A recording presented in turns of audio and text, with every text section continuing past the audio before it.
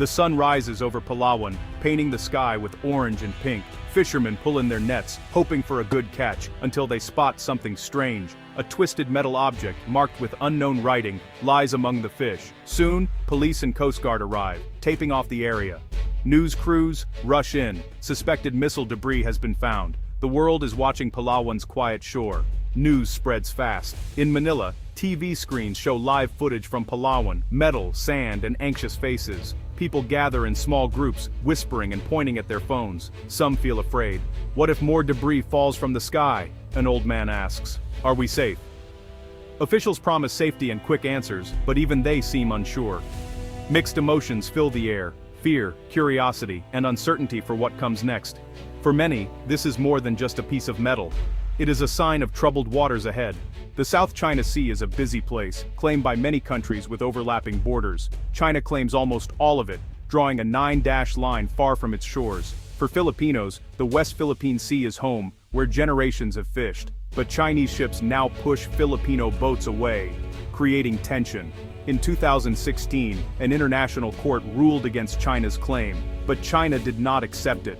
The fight is about control, pride, and the region's future. In the middle of these troubled waters stands the BRP Sierra Madre, a once proud warship now resting on the shallow Ayungin Shoal. The ship was run aground by the Philippine Navy in 1999. Since then, it has served as a symbol of Filipino courage and claim to the territory. The Sierra Madre is rusty and battered by years of sun, salt, and storms. Its metal walls are patched with makeshift repairs, wood, tarpaulin, and whatever the Marines could find. Yet the Philippine flag still flies proudly above the deck. For many, the ship is a floating fortress, a stubborn reminder that the Philippines is here. Every few months, Filipino soldiers are rotated in and out, bringing supplies and messages from home. The ship is far from luxury, but its presence is powerful. It tells the world that the Philippines will not give up Ayungin Shoal without a fight. For Filipinos, the Sierra Madre is more than steel and paint. It is hope, resistance, and the heart of the country's stand in the West Philippine Sea. Life aboard the Sierra Madre is tough. Filipino Marines live in cramped spaces, surrounded by the endless blue of the sea. Supplies are limited, water is precious, food is simple, and honestly, fresh air is a luxury during storms. Yet the soldiers stand guard day and night, ready for anything. Chinese ships often circle the shoal, watching every move. Sometimes they shout warnings over loudspeakers or shine bright lights to disturb the Marines. There have even been dangerous moments. Boats bumping into each other, water cannons, and tense standoffs. Still, the Marines keep their spirits high. They joke with each other, write letters home, and share stories of bravery. Each one knows the importance of their mission. "We are not just guarding a ship, we are guarding our home," one Marine says, his voice steady but proud. The world may see the Sierra Madre as old and weak, but for the men on board, it is a symbol of strength in the front line of Philippine sovereignty. The Philippine government moves quickly after the debris is found. A Navy team is sent to Palawan to study the metal and confirm if it is really from a Chinese missile. Investigators collect samples, take photos, and ask the fishermen detailed questions. They promise to keep the public informed, knowing how worried people are. At the same time, diplomats in Manila call the Chinese embassy for answers. The Department of Foreign Affairs files a protest, demanding an explanation and expressing grave concern. News outlets follow every development, interviewing experts and showing images of the debris, the Sierra Madre, and the faces of the Marines. Social media lights up with hashtags like #WestPHC and #Defend Sierra Madre. Ordinary citizens post their opinions, poems, and prayers for peace. Some call for stronger action, while others urge calm and dialogue. The whole nation is watching, waiting for the next step. Through news, social media, and official channels, the Philippines sends a clear message: this incident cannot be ignored. In response to the crisis, the Philippine government steps up its defense. More patrol boats are sent to the West Philippine Sea, watching for any new threats or debris. The Navy increases its visits to outposts like the Sierra Madre, bringing more supplies and support for the Marines. Leaders in Manila also reach out to allies. The United States, a longtime partner, promises to help. Joint military exercises are planned, with Filipino and American troops training side by side.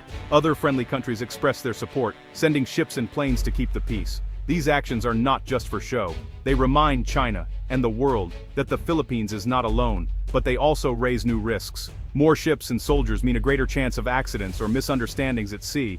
For many, stronger patrols and new alliances bring hope, but they also remind everyone how fragile peace can be in disputed waters. The discovery of missile debris sparks a tough debate in Manila. Some leaders and citizens say it is time to reinforce the Sierra Madre, add more soldiers, repair the ship, and make it stronger. We cannot show weakness, one senator argues. We must defend our territory, no matter the cost. Others are more cautious. They warn that adding forces could anger China and start a dangerous fight. We want peace, not war, says a young congressman. Let us use diplomacy and law, not weapons. Public forums, radio shows, and classrooms all buzz with opinions. There are also practical worries. The Sierra Madre is old and hard to repair. Sending more people means more supplies, water, food, medicine, which are difficult to deliver with Chinese ships nearby. And every move is watched by the world, with risks for trade and safety. The country faces a hard choice: stand firm and risk conflict, or stand down and risk losing control. Each option carries danger and hope. The missile debris incident is not just a Philippine story. Neighboring countries like Vietnam and Malaysia watch carefully, many facing similar problems with China. Their leaders send statements, some support Manila, others stay silent, worried about trade and peace. Inside ASEAN, unity is hard. Some members want to push back against China, others depend on Chinese investment too much to speak out. The United States repeats its promise to defend the Philippines if attacked. American ships and planes increase their presence in the region. China, on the other hand, calls for calm but warns against provocations.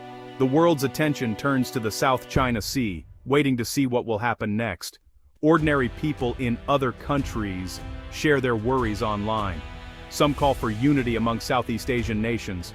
Others hope for talks and peaceful solutions. Many fear that a small accident could start a big conflict, hurting families and economies across Asia. As tensions rise, the need for careful diplomacy, regional unity, and international support becomes clearer than ever. In cities and small towns across the Philippines, the missile debris incident sparks deep emotions. Some people wave flags and join rallies, chanting "Sa West PHC, Filipino tayo." Others quietly pray for the safety of the Marines on the Sierra Madre and the fishermen who brave the seas. There are also fears. Market vendors worry that rising tensions could hurt business, while parents wonder if their children might be called to serve. Social media is filled with art, songs, and stories about the sea, the soldiers, and the need for peace. At night, families watch the news together, hoping for good updates. Patriotism grows, but so does anxiety. Many people write letters to the government, urging unity and care. Community leaders organize forums, teaching young people about the history of the West Philippine Sea. The struggle feels close to home for everyone. In every corner of the country, the debate between risk and hope shapes daily life. One thing is clear: the sea connects all Filipinos, for better or worse.